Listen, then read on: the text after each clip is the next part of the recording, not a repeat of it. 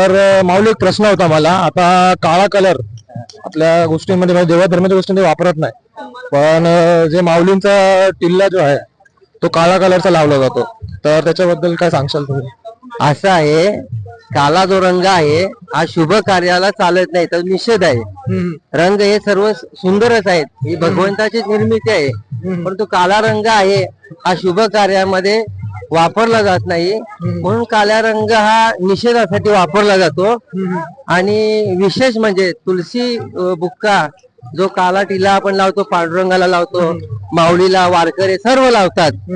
हा काला बुक्का म्हणजे तुळशी, सुकलेल्या तुळशींना जाळून आणि त्याच्यामध्ये काही सेंट असेल, शुद्ध घी असेल, असा वापर करून हा तुळशी बुक्का बनवला जातो, म्हणून तो काळा रंग आहे. आता तुळशी जर बघितली तर हिरव्या रंगाची आहे, पण सुकल्यानंतर तिला जाळल्यानंतर हा तुळशी बुक्का निर्माण होतो आणि तो भगवंताला अतिप्रिय असल्या कारणाने त्या काळ्या रंगाचा आणि तुळशी बुक्का जो आहे आपण बोलतो याच्यामध्ये फार तफावत आहे, असं आहे. आणि संतांनी सांगितलेलं आहे, अतिप्रिय आवडे तुळशी बुक्का तैसी प्रीती करी भोळ्या भाविका, म्हणून हा तुळशी बुक्का हा लावला जातो. आणि हा खूप या आपल्या वारकरी संप्रदायामध्ये या तुळशी बुक्क्याला फार महत्व आहे. म्हणून तुळशी बुक्का जरी तो काळा असला तरी तो धर्मामध्ये फार, महाराष्ट्रामध्ये जरी बघितलं तर फार मोठं त्याला महत्व आहे, मान आहे. हरिओम. तर आपण एक गोष्ट बघू शकतो की कुठल्या प्रकारे, म्हणजे आता दोन साइड असतात प्रत्येक गोष्टींचे.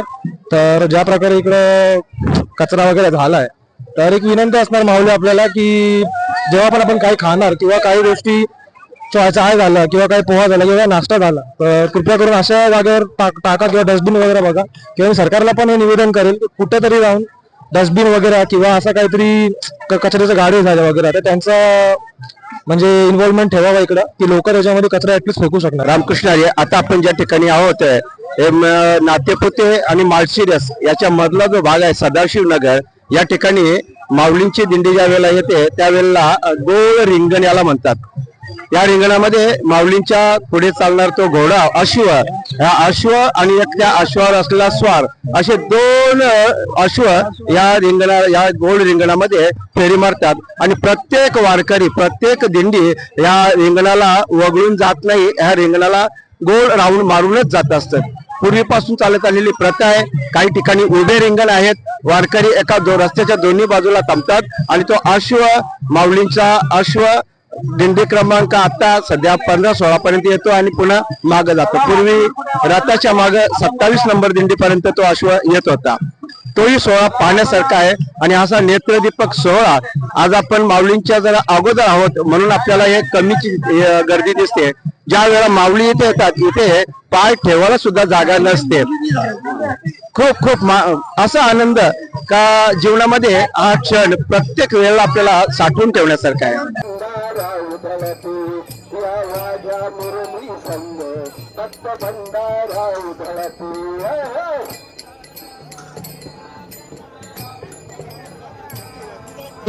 आपल्या वारीचा अनुभव काय आहे ते सर्व सांगा. रामकृष्ण हरी. माऊली वारीचे आम्ही 10 वर्षापासून चालू आहे.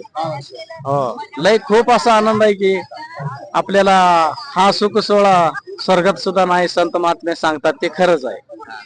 10 वर्ष तुम्ही चालू नाही, तुम्हाला कुठल्या गोष्टीचं प्रोत्साहित करतात? आम्हाला कुठल्या गोष्टीचं कमजोरचं पांडुरंग ठेवतच नाही. आपोआप सगळं आमचं काय अडचण आली तर त्याने आपोआप दूर करतात. निम्या रात्री आम्हाला काटामोडीला येऊन आम्हाला सहाय्य करतात. पांडुरंग रूपात कोणीतरी येऊन शिना तिथं मदत करतात.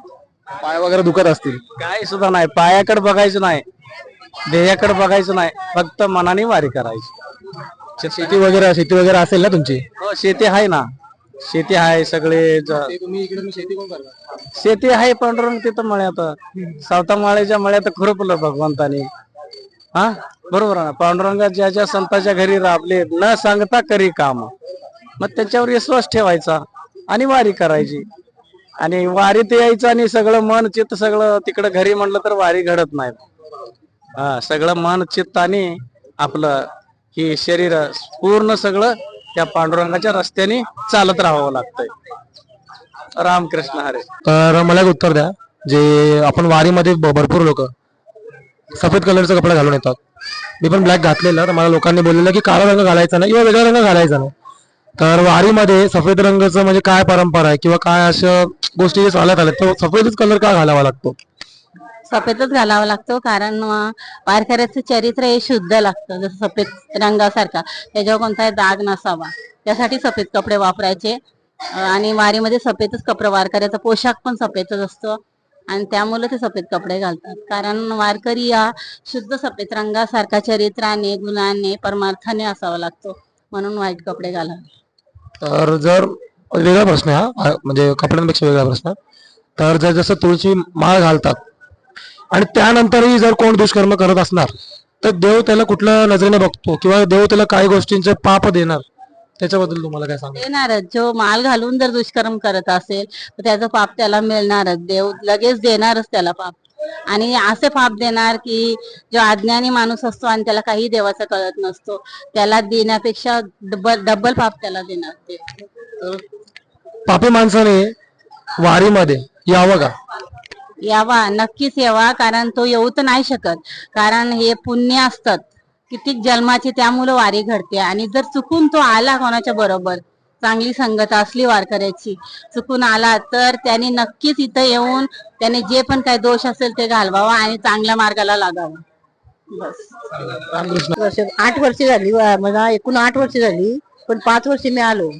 2 वर्ष ते या भरला ना आपला आलता या बेंबारी आलती ती 2 वर्ष आलती. वारीचा तुमचा अनुभव काय बोलतो? हे 8 वर्ष जे आहेत, तर तुमचा अनुभव काय? अनुभव म्हणजे चांगला आहे, असं म्हणजे जरा त्रास होतोय, पण त्रास होतोय, पाणी पडतोय, नजरा भांडणा करतात, अवकऱ्या वाटेला, म्हणजे अशा सगळ्या बऱ्या पडतात त्यामध्ये. पण वारी करायची आता 5 वर्ष झाली, आता आपल्याला वारी होणार नाही. माझा हा पहिला वर्ष आहे. 13 तास लागले दर्शनाला, लोकांना 24 तास लागतात दर्शनाला, आम्ही 13 तासात दर्शन घेतला. घेतलाच नाही, दर्शनच नाही घेतला. मग आता तो सांगतो ना का दर्शन घेऊ नका, आहे ते बरं आहे, तुम्ही जाल कुठे तेवढी त्रास करायला. मग आम्ही काय दर्शन घेतला नाही. युवा पिढीला तुम्हाला काय बोलायचं आहे? हा? युवा पिढीला काय बोलायचं वारीबद्दल यायला, किंवा त्यांना काय गोष्टी तुम्हाला सांगायच्या त्या वारीबद्दल? वारीबद्दल म्हणजे चांगलीच गोष्ट आहे ना, वाईट गोष्ट काहीच नाही, चांगलीच गोष्ट आहे. वारी बोलला हा आला पाहिजे. तुमच्यासारख्याची वारी आता किती वाऱ्या होती, पण तुम्ही केली पाहिजे, मालिका घेतली पाहिजे, त्याचाच महत्व आहे, दुसरा कशाला महत्व नाही. तुम्हाला म्हणजे आता आम्हाला आमचा सगळा या झाला, आम्ही आता वारीला येवाचा नाहीच समजा, पण तुम्ही आता यायला पाहिजे. तुमचा चांगला आहे या, पाणी असो तर असो, सेवा पण घ्यायची असा माणसांची, काय करायचं काय आपली मदत ती पण करायची, काय करायचं दुसरा काय करायचं आहे मग. पण घ्या तुम्ही. आता मला एक गोष्ट सांगा, आता तुमचं वय काय नक्की? माझी 70 वर्ष. 70 वर्ष.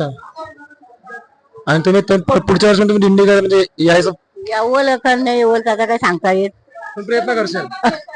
वर लागते, म्हणजे असं वाटतं का जावा दत्ते बुवा.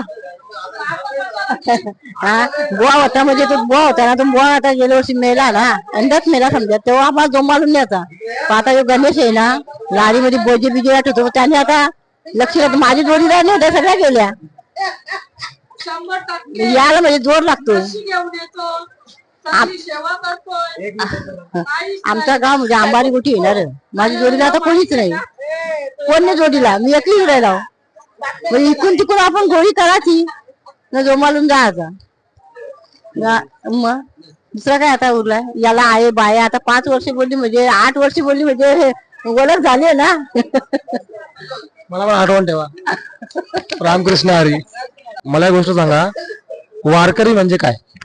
वारकरी म्हणजे तो देवाची भक्ती करतो, पायी येतो, तर त्याग करून संसार त्याग करून पंधरा चालतो, तो वारकरी.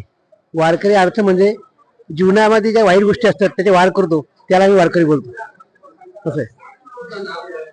आणखी दुसरं सांगायचं म्हणजे वारकरी बोलल्यानंतर आचरणात राहायला लागते. अशा किती वाऱ्या केल्या तरी त्या देव भेटणार नाही. ते पुंडलिकाने हे पंढरीचं महत्व इतकं आहे, हे लोकांना कल्पना नाही का इथे प्रत्यक्ष देव का आला. आईवडिलांची सेवा केली पुंडलिकाने, देव प्रत्यक्ष भेटीला आला.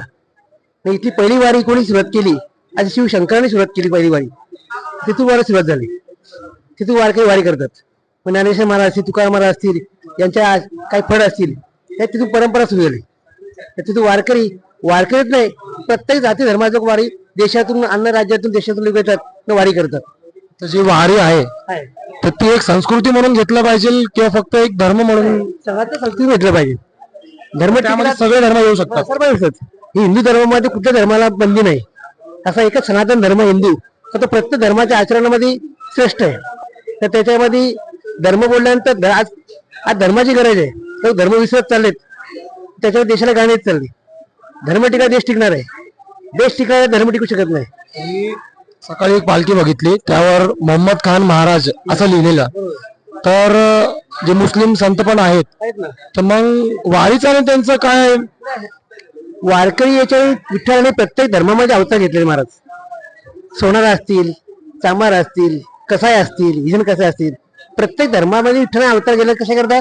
बहुजन संबंध करता. बाबारो, मी सर्वांमध्ये एकच आहे. ही जातीवर सरकारने तयार केलेलं आहे. जाती व्यवस्था देवाने तयार केली नाहीये, ही सरकारने जाती व्यवस्था तयार केलेली आहे. ती जाती नष्ट झाली पाहिजे, हा आमचा प्रयत्न, वारकऱ्यांचा प्रयत्न आहे ना. आम्ही वारकरी म्हणून आम्ही जर असं समजतो, ज्याच्याकडे माल आहे ती आमची जात. तर पंढरीचा वारकरी एक नाही पाय पडतो, तो लहान असं मोठं असं भेदभाव करत नाही, असं वैशिष्ट्य आहे ना. हैदर बाबा आहेत, ते सुद्धा मुसलमान होते, त्यांनी सुद्धा वारीची परंपरा टिकू ठेवली. वारी टिकवली हा, टिकवली. ते काही मुसलमान खूप माझ्या मदत करतात. इथं त्यांची काही जास्त हित असते, ते करत नाहीत त्या ठिकाणी. हे राजकारण लोक समाजाची येण्यामाग करतात, भांडण लावून देतात. बरोबर, असं आहे, त्यांचं ऐकायचं नाही. ऐकायचं नाही. रामकृष्ण हरी. रामकृष्ण.